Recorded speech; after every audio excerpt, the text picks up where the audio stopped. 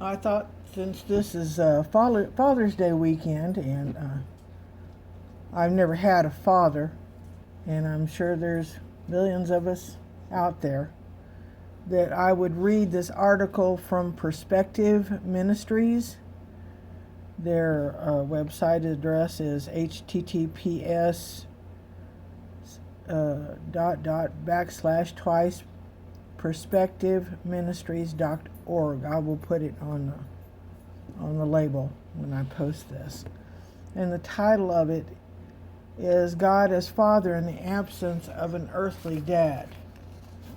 And it was written by a guest writer, Christiana Apon, and it was posted 6/14 of 2021.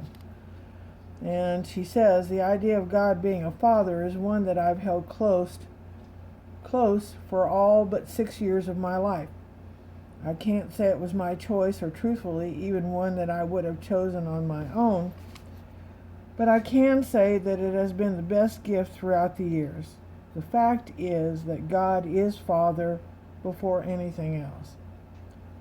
Fatherhood has been his nature from before time began, and he knows oh too well the pain of being a father and watching your children go through suffering. It is his natural role to lead Christ followers through life as children of God. Most Christians know God as Father alongside their earthly dad.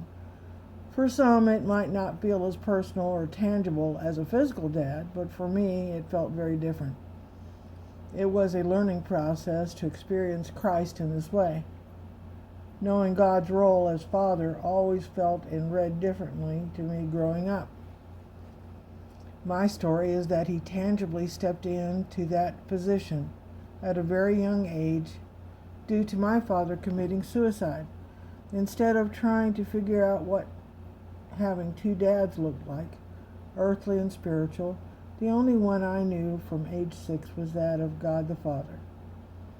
It feels a lot more real when you don't have another option, and he is the only father you learn to know. Many times relating to God as Father was more real than to an earthly father. The painful absence of earthly dad. However, I won't lie and say it's always okay not to have a physical dad, because it's not. Recently I found myself crying as I watched a father praise and cheer on his kids, very over the top and enthusiastically, I might add, because they had finished all of their dinner. This triggered many emotions inside of me, causing me to weep. There are days when I want to tangibly hear my dad say, "I'm so proud of you." The harsh truth is that when you don't have an earthly father, there is no one like a dad to run to when you're crying over life's valleys and dark times. There's no one to cheer you up when you accomplish something you worked very hard for, as you imagined your dad would. His voice isn't there to give you advice when you like a guy or teach you how to do practical stuff like changing a tire. It always feels like something is missing without my dad, because there is. Father-child relationships are a special gift from the Lord. His absence leaves a void for sure, but one that the Lord is gracious to fill, using it to mold and shape us around himself. The perfect presence of Heavenly Father. During the times I wish I had an earthly father, the lessons and goodness from the Lord always surpass the longing. I know I am not made for this earth anyway. So having to bring everything to him and him alone is a constant reminder that I am just passing through this world. More than anything, I know my Father is for me and not against me. I know he is with me through everything I encounter, leading me one step at a time. I know that my Father is attentive to all the details of my life and will continue to show me that. He is a gracious and loving Father, one that holds his arms open, ready to welcome me home even after I've chosen to sin again. He has provided for me day after day in ways that an earthly father would not have had the capacity for. He has covered me in his shadow, protecting me from all of Satan's attacks, serving as a refuge and a safe place, as you see in Psalm 91. I have experienced joy and security rooted in who he is as Father One, who will never leave me. He continues to love me with unconditional love. God, as my Father, has shaped me into who I am today. He will do that for others across the globe who look to him as Father. Relating to God as Father is not a simple task.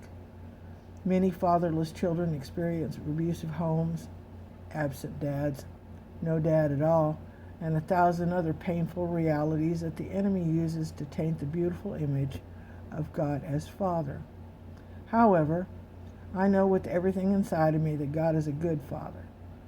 He is outside our realm when it comes to emotions and the ability to love because he is perfect, and that holds a lot of weight.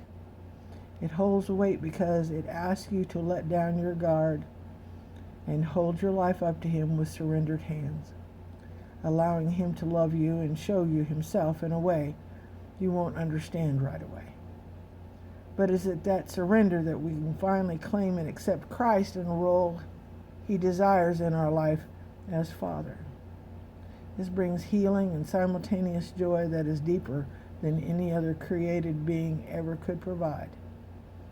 He is the most gracious, forgiving, and loving Father, anxiously waiting for you to accept that and walk in. Don't be afraid.